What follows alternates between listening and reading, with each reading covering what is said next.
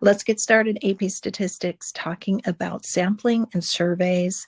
Our first chapter we're going to cover is actually chapter 4, and we're going to start by talking about sampling and all the methods that we need to understand and utilize to get the best kind of data that we can then use to make predictions and decisions with. So a population is the entire group of individuals we want information about. You do want to be a little careful using the term individual. Oh, looks like I got the lightsaber up. The word individuals doesn't just mean people. It could mean animals, widgets. It could mean anything that we want to study. Well, the difference is a sample is the subset of the population that we actually collect the data that we want from. So we decide how to get a good representation of the population. We get data from them, and then we can make decisions about the population. A couple things about the population. A population doesn't necessarily mean everybody or everything. So, for example, the population of all human beings, that's a very large population. But I could even reduce that to a smaller population. Maybe I only want to study a population of people at risk for heart disease. So I would narrow my population and then take a sample from those. So it's got to be really careful. Don't always assume the population is everything. That's a huge misconception. We can actually even make subsets of populations within entire populations. So why do we collect data from these subsets instead of the entire population? Well, that is called a census, and a census collects data from every individual in a population. These, unfortunately, can be very costly and time consuming. If you think about a few years ago, we did a US census in 2020. There was a lot of information that came out. They hired people to go door to door to make sure that everyone in the United States was accounted for. So this would be an example of our population was just the population of the United States of America, not the entire world. So population, once again, does not necessarily have to do with human beings or any living thing. It could honestly be just an inanimate object as well. So let's look at an example and see if you can identify the population and the sample from this first setting. Let me know what you think. So you think that this would be an easy thing to do, but let's break this apart. So hopefully you figured it out that the population is all the pieces of hardwood in the batch. So one thing that's really tough when you're first doing this is how specific do you need to be? You want to be specific, but you don't want to ramble either. So get to the point, say what you mean. But if you were just to say hardwood in a batch, or maybe just hardwood, which would be a huge mistake because you're not being specific, are talking about all the hardwood in the entire world. You want to be really specific about what you're talking about. So our population were all the pieces of hardwood in a single batch. Our sample is the 5 pieces of wood from the batch that were selected from testing. So be really, like I said, specific with your wording, but don't start adding things. Notice I took away the moisture content. It wouldn't hurt if you added it, but it's definitely enough information that a reader would know what you mean. Go ahead and try B on your own, and I'll give you the answer in a moment. So the population would be all adult US residents. Did you put the word adult? Just curious. And the sample would be the 1,500 US adults who answer the poll. Now it does say about, so you could put the about, I guess. Grammar will not be graded against you.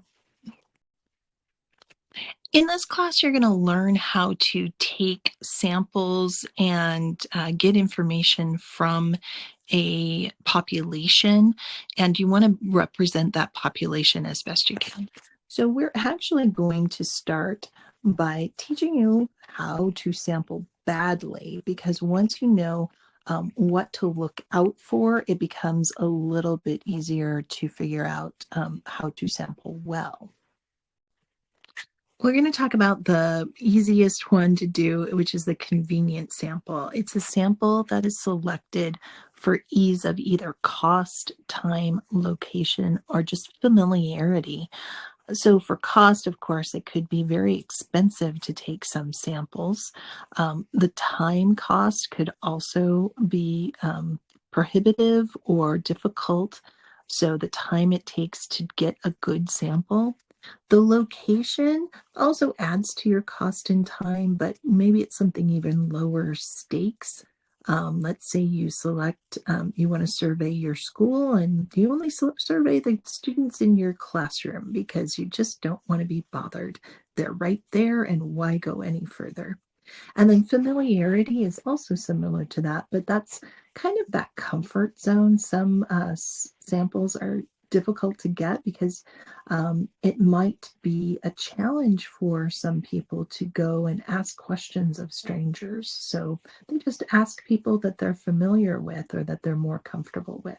So it's all about, the ease, but that's not the best way to take a sample. And we'll talk about that in just a moment. So this type of sampling usually leads to some kind of bias in your sample. So exactly what is bias? Bias occurs when a sample is not a good representation of the population. You want to be very careful. A common misconception is that prejudice and bias are synonyms, that they are the same thing. This is not true. And you want to be careful of that when you are explaining your meaning in your writing. Bias can happen by accident. Bias can happen by chance, even. We could just, follow every good method and still get a poor sample that does not represent our population, and we would say it's a biased sample. It is possible that it could occur, but we want to minimize it as much as possible. A very common question on the AP exam is to give you a scenario, and they're going to ask you, how do you think this study may have led to bias, or could this study lead to bias? The number one thing you want to do is identify the problem you see.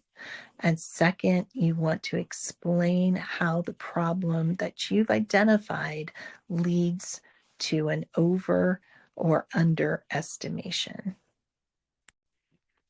I fixed my typo there. What's a voluntary response sample, and would this be a good method for obtaining a sample? So this consists of people. So this does only have to do with human beings who can make choices, with people who choose themselves to be part of a sample through response to an invitation. So what does that mean? How do I choose myself to be a sample? Do I just raise my hand and go, take me, take me? No, this could be simply through an online poll. That's a very, very common type of a voluntary response. The problem with this one is that people only tend to respond to polls or surveys if they have strong opinions one way or the other. There's also things that can be done in those kind of polls that we'll get to later that can sway people's responses one way or another. But right now, we're just talking about people who are going to respond. Another one is it's a lot of Older people tend to do voluntary response. They tend to have more time in their day if they're retired. There's lots of reasons. Just think about those things when we start talking about things that could cause bias. Let's look at this first example together, and then we'll probably do the next two examples together in class. Go ahead and read through the directions and prompt 1. Looking at this first problem, I'm going to use that AP tip that I gave you just a moment ago. For step 1 is to identify a problem with the design.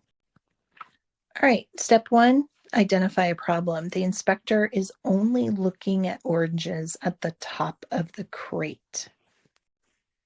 Okay, so you make a conclusion. The farmer could be placing their best oranges on the top, leading to more crates being passed on than should be.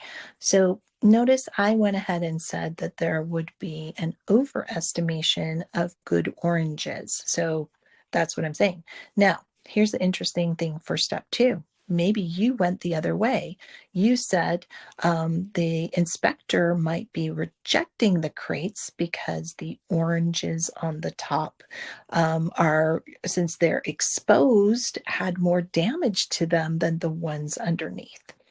It doesn't matter which way you go as long as you can support it with a reason. So, that being said, let's go ahead. I'm going to let you guys read through number 2 and 3. Go ahead and put your initial thoughts down, and then we'll discuss those in class.